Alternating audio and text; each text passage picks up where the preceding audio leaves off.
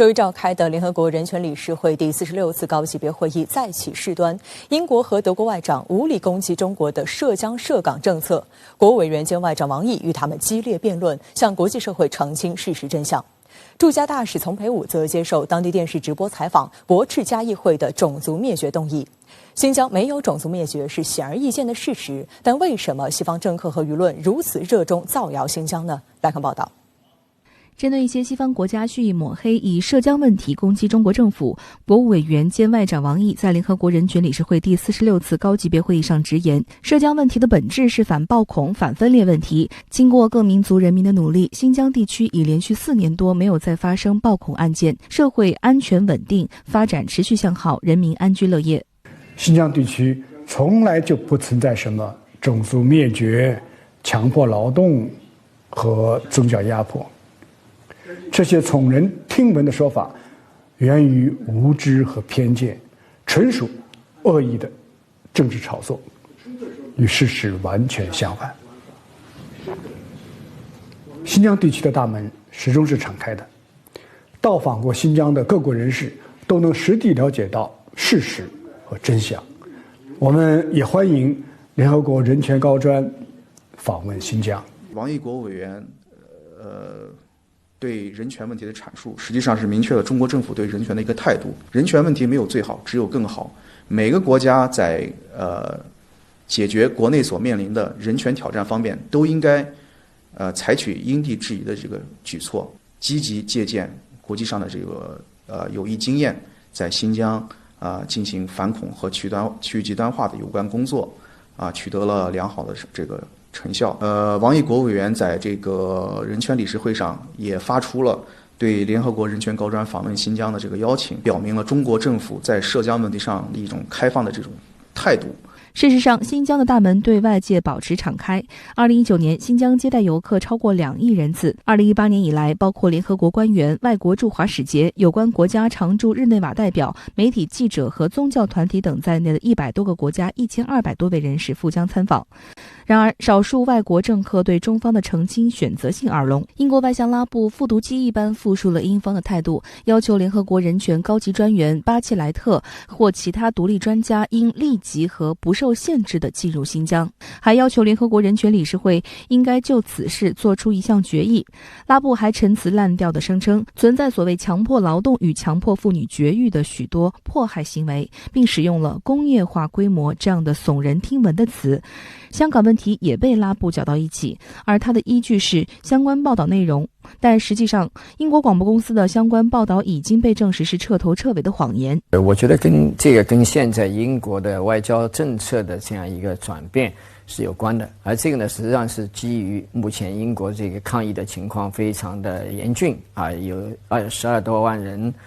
去世，400多万人染病，然后呢这个经济呢又经历了300多年来最大的下降萎缩了10%，同时呢脱欧的这样一个事情呢还没有完全了结，那么需要重新寻找一个定位，而这个时候呢正好又碰到了拜登政府上台重新要所谓这个统合盟友。那么在这样一个背景底下呢，英国人其实是需要刷存在感。长期给港独头目黄之锋张目的德国外长马斯再次借机插手涉疆和香港问题，他攻击了包括中国在内的多个国家，并声称德国不会沉默，要零容忍。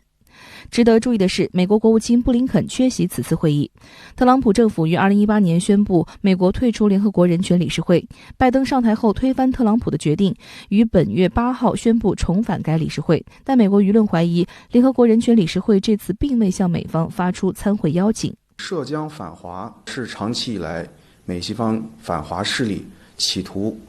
遏制、削弱、分化中国的这样一个抓手。中国作为一个这个快速发展成长的这样一个大国，正在日益的走向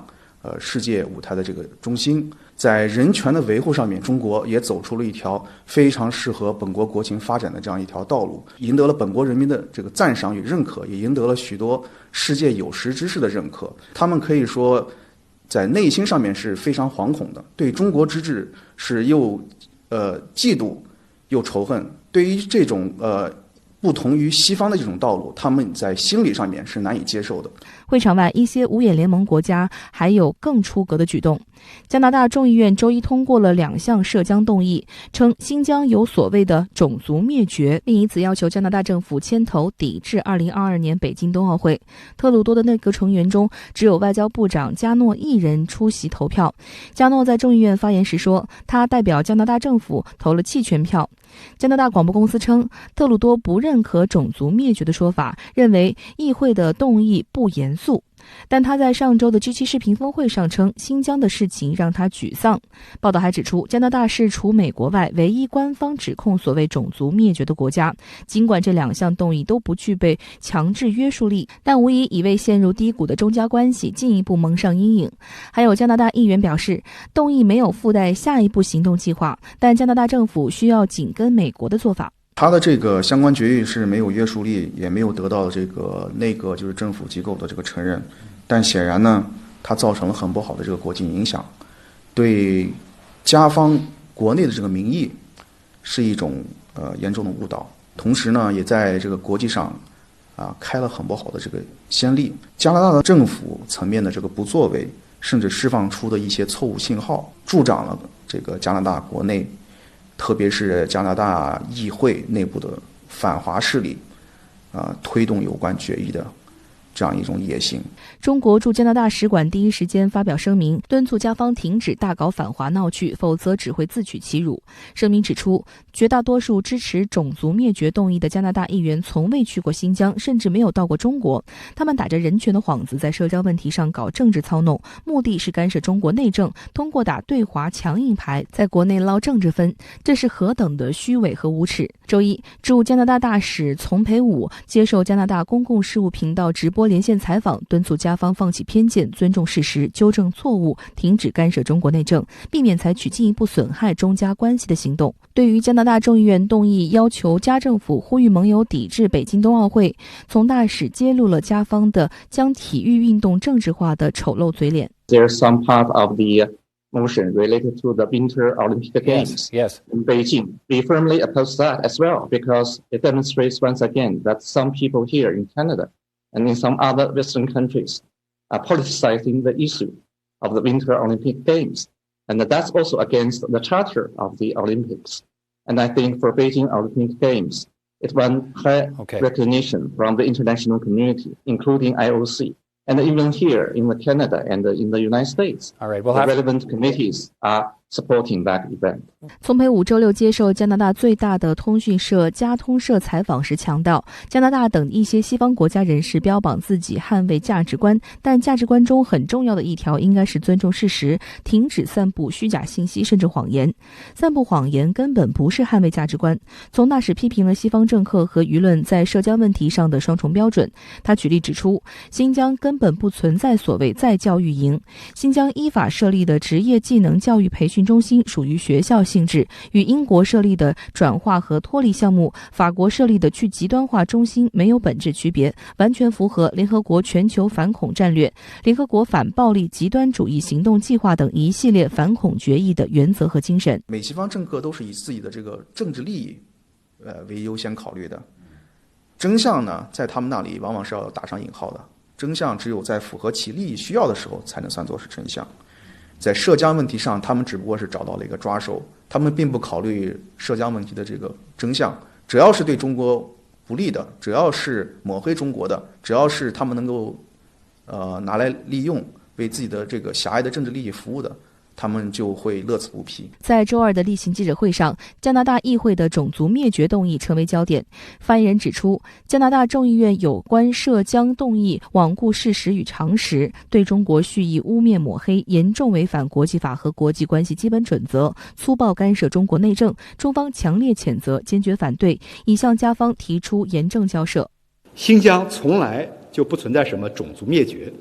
这完全是极端反华势力蓄意炮制的世纪谎言，是污蔑抹黑中国的荒唐闹剧。加方一些人应该摒弃反华的偏见，走出内心阴暗的屋子，见见阳光，客观公正地看待中国，而不是沉溺于意识形态对抗的陈旧思维，更不能揣着明白装糊涂，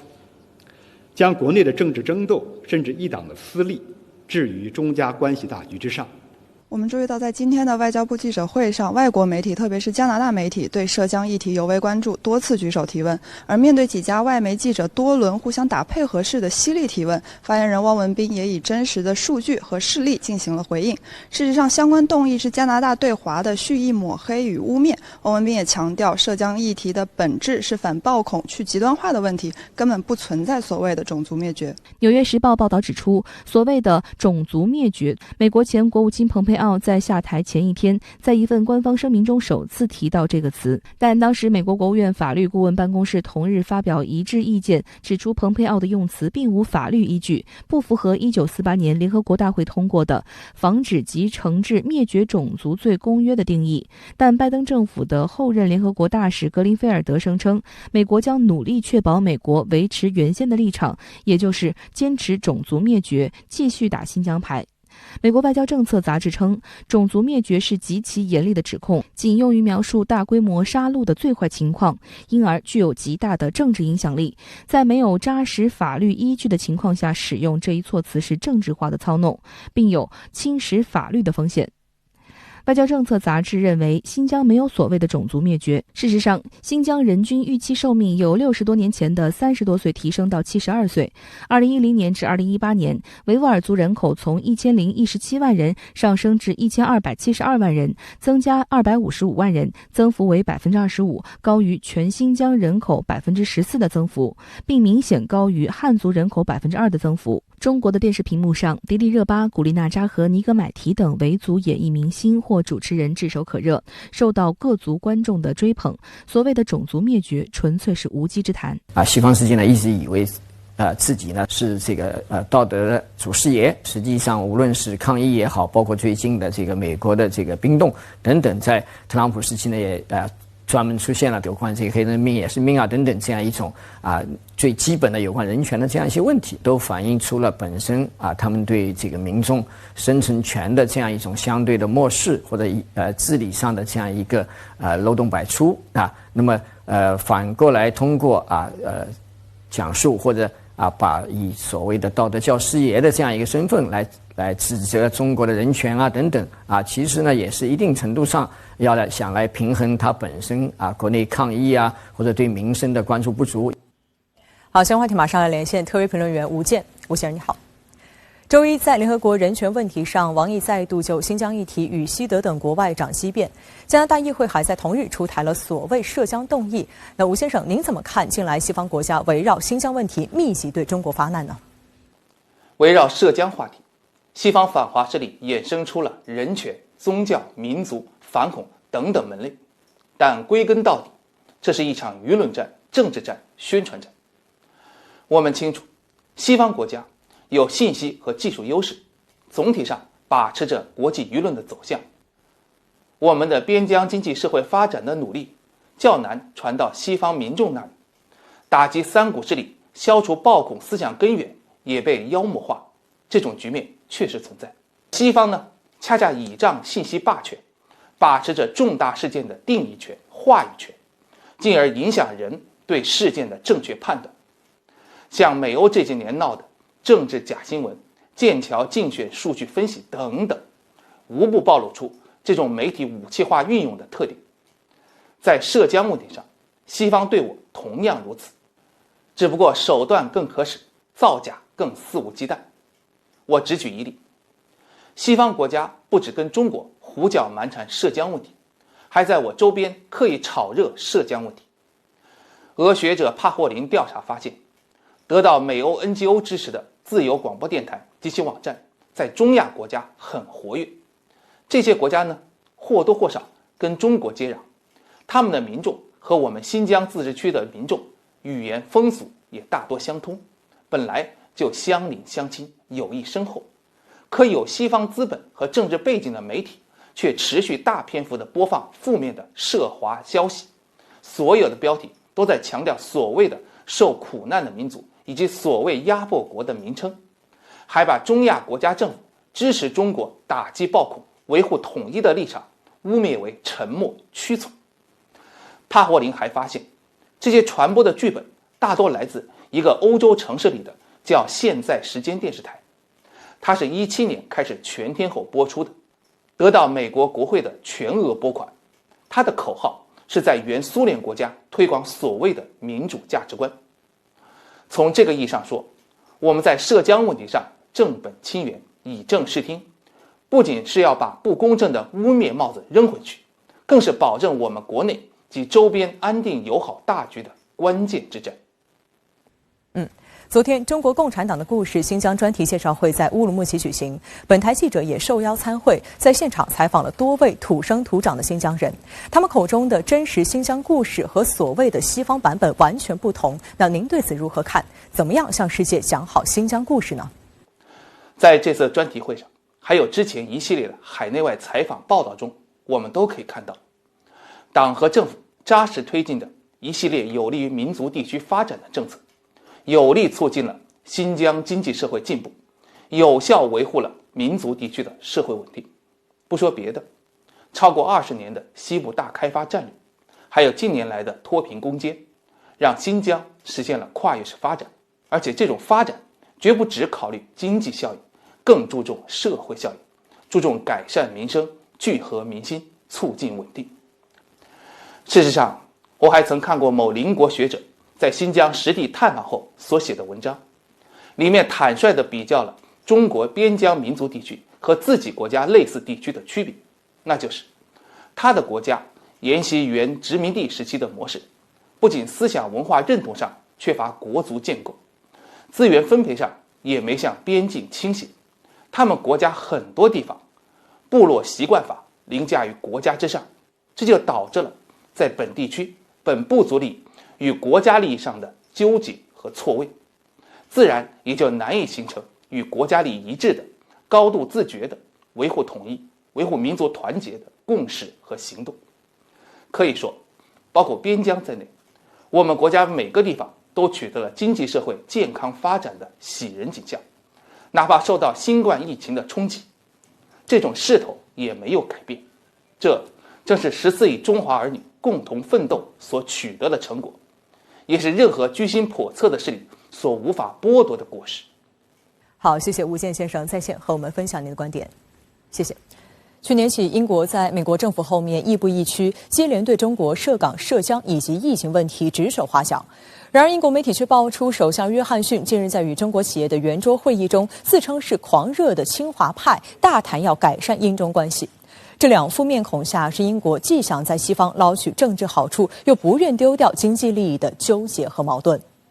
英国《卫报》报道，在本月12号唐宁街与中国企业举行的庆祝中国春节的圆桌会议上，英国首相约翰逊形容自己是狂热的清华派，并下定决心，无论偶尔出现什么政治困难，都要改善与中国的关系。他表示，希望通过重启中英年度经济财经对话以及中英联合贸易和经济委员会来恢复两国之间的正式贸易讨论，并愿意与中国签署新的投资和市场准入协议。卫报说，由于英中在香港问题上的冲突，这两个对话机制均已暂停。首先呢，我对他这个表态呢画一个问号，因为就过去1年多以来，这个约翰逊内阁对话的态度而言，我想说的是，这个中英双边关系啊，在他的一系列的这个政策举措之下，已经被破坏的体无完肤了。中英双边的经贸关系而言，毫无疑问，就是英国未来要构建一个所谓的全球英国，它不可能脱离这个最重要的这个世界级的经济体中国的参与。在这个意义上来讲呢，这个英国约翰逊政府啊，他是一个机会主义者，是一个无利不起早的这个政客，所以他这个表态是可以被理解的。卫报援引英国国家统计局数据显示，2020年第二季度，英国从中国进口商品总值约996亿元人民币，占英国整体进口商品的13.4%。中国也一跃成为英国的最大进口商品来源国。英国政府未对约翰逊言论发表详细评论，但表示他对中国的看法是众所周知的，并补充称，重启中英年度经济财经对话对中英联合贸易和经济委员会的日期尚未确定。他可能会认为，这个政治和经济可以并行不悖，但实际上完全不可能。英国要寻求跟中国的重启这个正常的关系，我认为他首先要增强政治互信，然后加强两国之间的这个，我们说在这个长远的战略关系角度上去考虑，然后是经贸关系，各个方面重启这个中英的一些财经对话，一系列的正常的这个关系。值得注意的是，就在讲这番话的3天之后，约翰逊追随美国对世卫专家组在华调查的所谓关切，宣称新冠肺炎疫情起源于武汉。卫报表示，正值英国反华声音甚嚣尘上之际，约翰逊在圆桌会议上发表的狂热亲华派的言论，可能会激怒他所在的英国保守党议员。自约翰逊上任以来，英国社会多届频繁跟风美国，对中国涉港、涉疆及疫情问题指手画脚，并单方面暂停了与中国的多项经济对话，造成两国关系紧张。香港国安法通过后，英国政府反复借护照问题粗暴干涉香港事务。香港外交大臣拉布也没闲着。近日，拉布再次发表涉香港言论，提议前往北京，以寻找一种能够就香港问题展开合作的方法，但他的所谓请求并未被接受。但在贸易问题上，英国仍然不愿轻易放弃中国这个重要的合作伙伴。南华早报称，中国是英国最大的直接投资国之一，大量中英之间的业务经由香港处理。国务委员兼外长王毅周一在联合国人权理事会高级别会议发言，提到香港问题时，他表示，有近70%香港市民认为香港在国安法实施后更安全稳定，充分说明香港国安法深得民心。香港的国安法弥补了香港地区在维护国家安全方面长期存在的法律漏洞，开启了香港形势由乱及治的重大转折，有利于一国两制实践行稳致远，也保护了香港居民根据基本法和人权两公约享有的各项权利和自由。有分析认为，英国之所以释放对华矛盾信号，是因为脱欧后英国寻求取代欧洲市场，同时希望彰显自己是全球一股支持人权的力量。对于把对华政策的平衡点放在哪里，英国政府一些人认为，英国可以挑战中国政府，却并不会陷入中澳之间那种贸易和外交战。后脱欧时代，整个英国政治它的这个处于一种杂乱无章、混乱一团的这样一个局面。我认为在中英双边经贸领域，中国是具有主动权的。所以说，是不是进一步重启我不知道，但我想说的是，我觉得中国外交部的有一句话是最对的：任何一个国家如果侵犯、损害中国的核心外交利益，那么休想让我们在多边领域和双边领域给予我们的支援和支持。大公报评论认为，治理者必须是爱国者，这是放诸四海皆准的道理。西方的选举政治中，竞争对手比拼的是谁更爱国，但在香港，有些掌握公权力的人竟然以反对祖国作为炫耀的政治资本，以此进入建制，并博得国际反华势力的掌声，真是奇哉怪也。这也恰恰证明香港的政治发展，尤其是选举制度出了问题，违背了一国两制的初心，必须拨乱反正。新加坡联合早报文章指出，在香港国安法落地半年多后，北京着手修改香港的选举制度，以确保爱国者治港。这项改变让北京掌握对香港的治权。该报驻港记者戴庆成提出思考，认为在对香港的改革中，日后在挑选爱国者治港时，要学会甄别冒牌爱国者也非常重要。夏宝龙副主席在这个时期阐释这个其实是为下一步中央对香港选举制度要做的一些改革做的一个铺垫我认为下一步中央会像去年香港国安法整个过程运作整个过程一样，会采取一些措施。路透社转载香港明报评论认为，中央看待爱国标准有2个层面，一是针对一般人，一是针对身居特区政权架构高位的人。前者采取最低标准，门槛较低，后者则有更高的要求，需要有一国大局观，坚持原则，敢于担当，实际就是敢于跟破坏一国两制的行径斗争。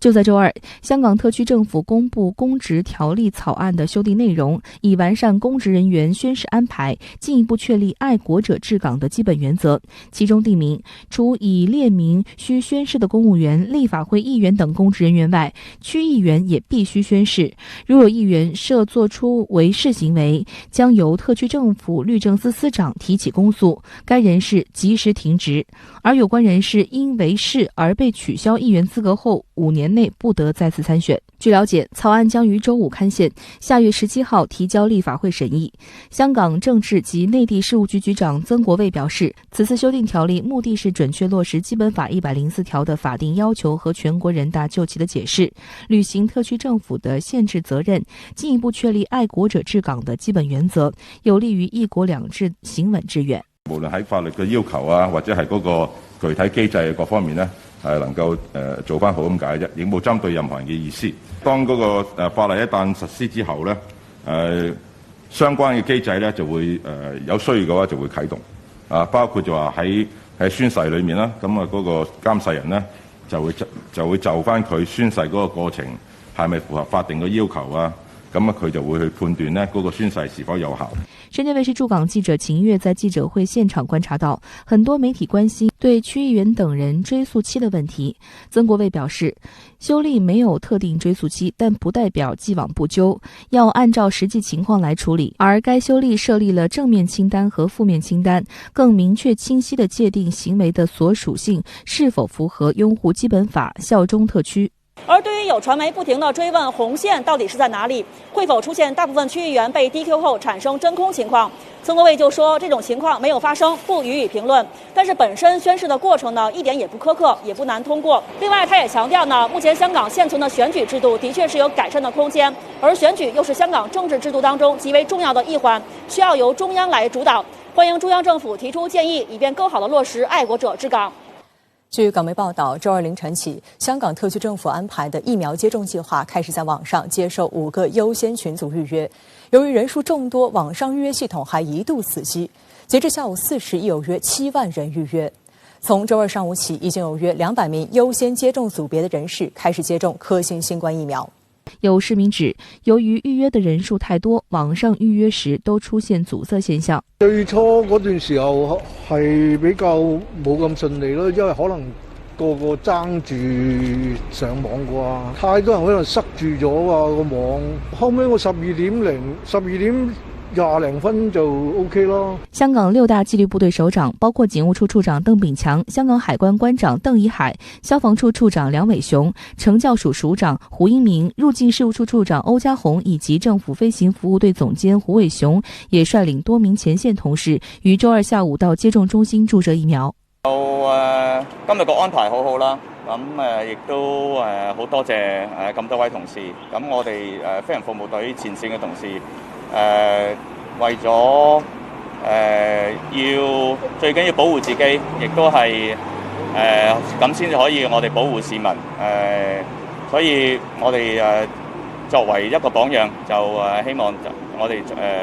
首先打咗呢個針，然後我哋啲同事就會陸續會參與㗎啦。大家都知道啦，就係咧全球個疫苗嘅供應都好緊張嘅。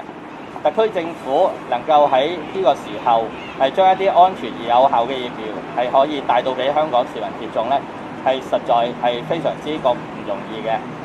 咁就亦都得到中央政府嘅支持。周二凌晨開始，5類優先組別市民可在網上預約接種科興新冠疫苗。由於人數眾多，網站預約頁面一度無法登錄。截至當天下午4時，已有7萬人預約。系統顯示18間醫管局普通科門診已預約額滿，而5個社區疫苗接種中心中，銅鑼灣及九龍灣的接種中心可以預約的時段也已額滿，餘下3個最快都要到下周末才有位。完成預約後數分鐘會收到短訊通知，整個過程需30分鐘內完成。好，相關話題馬上來連線特約評論員陳斌。陳先生你好。夏寶龍在周一的講話中明確了愛國者治港的標準後，在海內外引起強烈反響，也有人說將對香港民主法治帶來深刻影響。那對此您怎麼看？主持人好，香港的民主呢生病了，急需要完善相關的制度，用法治的解藥來治病。我們看到呢，香港修例風波中發生的打砸搶事件、佔領立法會的恐怖景象，和美國去年發生的街頭暴力，今年初呢發生的國會山暴亂是非常的相似。目前呢，美國正在討論怎樣完善民主制度，怎樣破除陰謀論對社會秩序的破壞。其中的藥方之一呢，就是通過國會對特朗普的第2次彈劾，試圖取消他參加競選任何聯邦公職的資格。這彈劾呢沒有成功，执政的民主党呢发动了这个联邦诉讼，要致力于止暴制乱。一些美国学者呢也在热闹地讨论如何呢从选举法改革上来确保民意代表性，通过修订为人民法 For the People Act 这个禁止极端的党派之争，适当的呢重新划分选区，规定严格的政治募捐上限，要通过选举制度的改革来保证好的政府、有效的政党合作、公民的平等，特别呢是白人与黑人、黄种人的平等。那么在香港呢，经过前年的街头黑暴和去年夏季乱港分子组织的非法的立法会初选，都说明呢这个香港的民主生病了，病得不轻。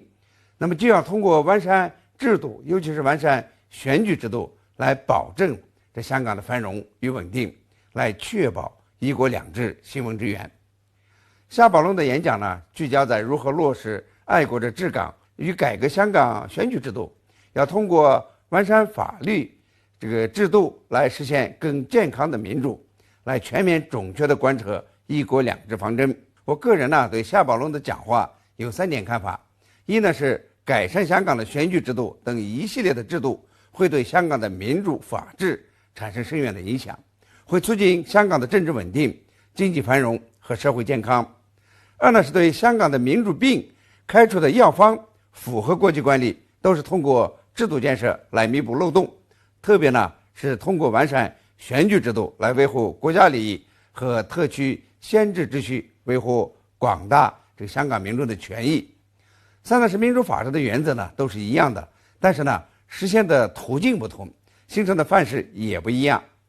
英国呢是君主立宪制，那么美国呢是总统共和制，而法国呢则是半总统共和制。那么相应的呢，通过不同的选举制度来实现。就是说呀，这个民主法治制度呢没有统一的模式，也不是一成不变的，而是在不断的完善。香港呢实行的是行政主导体制，那么相应的呢就要通过选举制度和其他制度的不断完善，才能够更好的维护国家主权、安全和发展利益，维护香港的繁荣稳定，让这个香港人呢过上好日子。无论是美国还是香港特区，还是别的什么地方，人民呢是一定不允许蓝潮派、破坏者、卖国者、勾结外部势力来糟蹋自己家园的人呢来当政的。那么保护和完善民众的民主权利，那么就需要呢从完善制度着手。